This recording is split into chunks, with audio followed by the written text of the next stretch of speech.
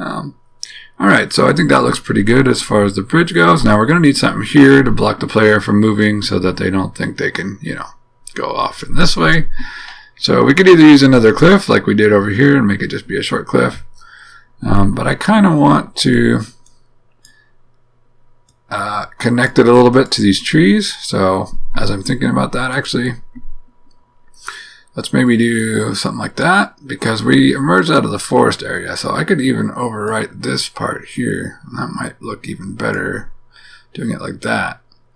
Got to fix the shadows here, obviously.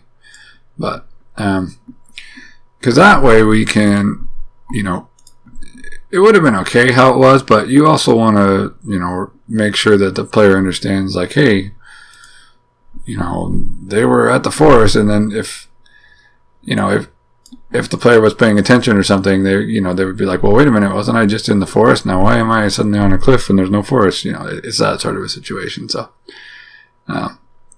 so the only downside here, and I'm noticing this right now, the only downside with having an even number of spots when you come out of something is that you have to put the player either on the left side or the right side. So if it was an odd number of spaces on the, of tiles on the bridge and an odd number here, then it would line up and they could walk down the middle. But now it's going to be a little bit off, but we're just going to section it off to where there's only two. And that way, no matter what one I decide to put them at, because the other map, if you look back at the woods one, it's only got the one exit area. So it's going to either have to be on the left or the right side when they come out of it. But that's okay. It's not, the end of the world or anything. So let's just going to keep drawing this over here. And I think I'm just going to make it go off a little bit to about, I'll just make it go off all the way. Yeah, all the way off the edge. That way, it gives you kind of the impression like, hey, I'm emerging from this forest area, and now here's this bridge. So, and that's kind of what we were going for, what I was going for here, because all I really want to do with this is get it so that this goes out to the road for the player. Because the next map that I have in mind is a big thoroughfare area, so we're finally going out of an area that's, secluded and off the beaten path and not that big of a deal, and then we're going out to somewhere that's a little bit more traveled and, more prominent of an area. So I think I'm just going to do something like this a little bit with the grass, and then have it come out a little further to suggest that this is going into a bigger area.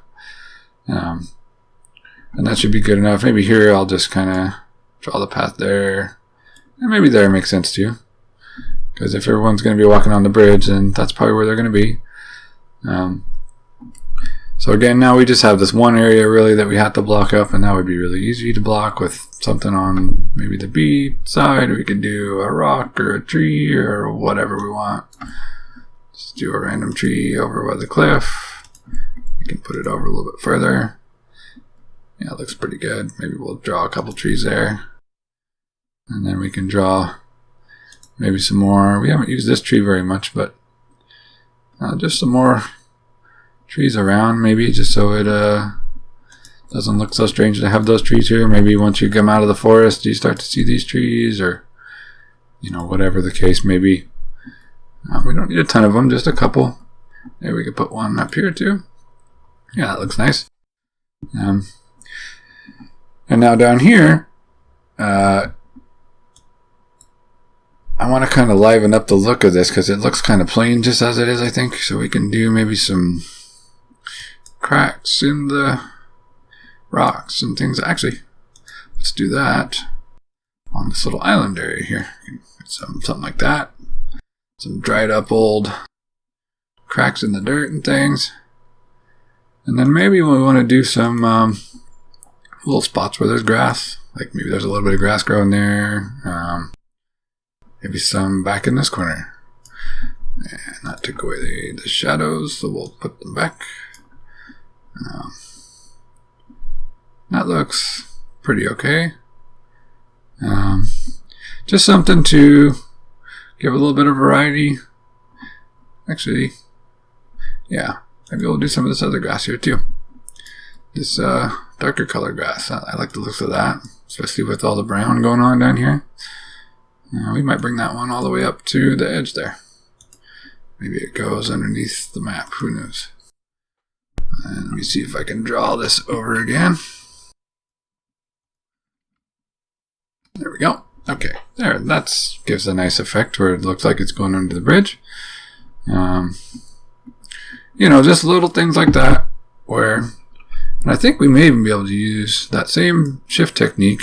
Let me just see if we do this one. If we go and draw it under one more, and then we do, actually we may not even need to use shift, but let's try it with shift.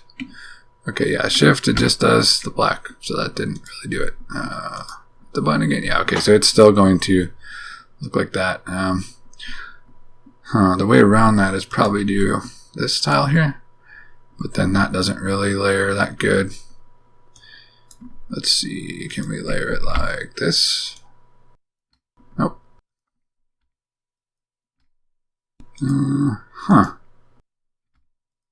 Yeah, oh, okay, maybe like that. Alright, so if you do the shift here, that gives the effect that I was looking for there, where it kind of matches everything up.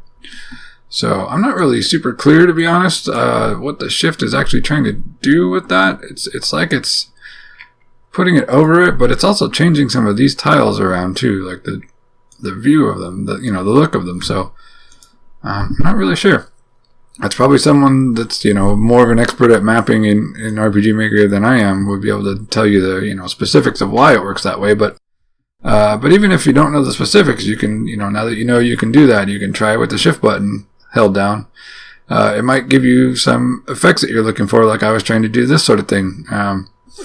Just experiment with it and see what you can find. You may be able to do more than you realized, and I'm able to do right now more than I realized just from what we're doing here with these nice little touches that we're able to add here. So I think I just want to add a couple like rocks and just some things to spruce up the scenery here a little bit, make this a little more visually interesting. That's one of my favorite things to do with maps, is to try to make them look pretty interesting, even if they're small and it's, not an area that you're necessarily going to be traversing as you play. It's still nice to have something, cool to look at that's, instead of just blank empty space, because that's boring. Nobody wants just blank empty space. We've got a shrub going there. What else can we do? What looks good? Maybe another little shrub right there. And then, again, just like we did on the last map, we can add occasional flowers growing here and there. Places you wouldn't necessarily expect them, maybe. We can add some rocks. That would be a good thing to have down here. There'd probably be lots of rocks down at a river, creek area.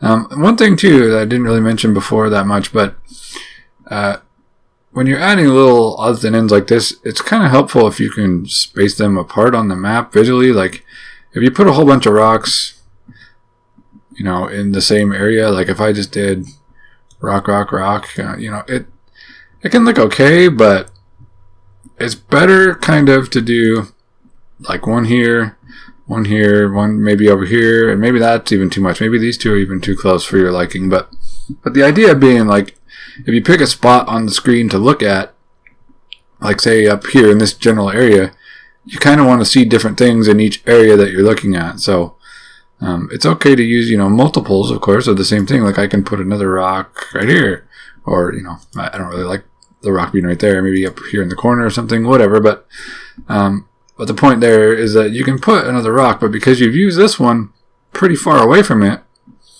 I can just do that. It looks still pretty good up there because it's not too cluttered. It's not like, oh, look, rocks. And then see, when you start putting a bunch in there, it doesn't look so good because they're all bunched up next to each other. So spacing things out and then just kind of balancing where you put them on different areas of the map, even though it's the same thing, it'll look better because it's further away. So like, a couple trees is fine, but if I did a whole row of trees, that would look kind of weird. Not to say you can't do a whole row of trees, you totally could, but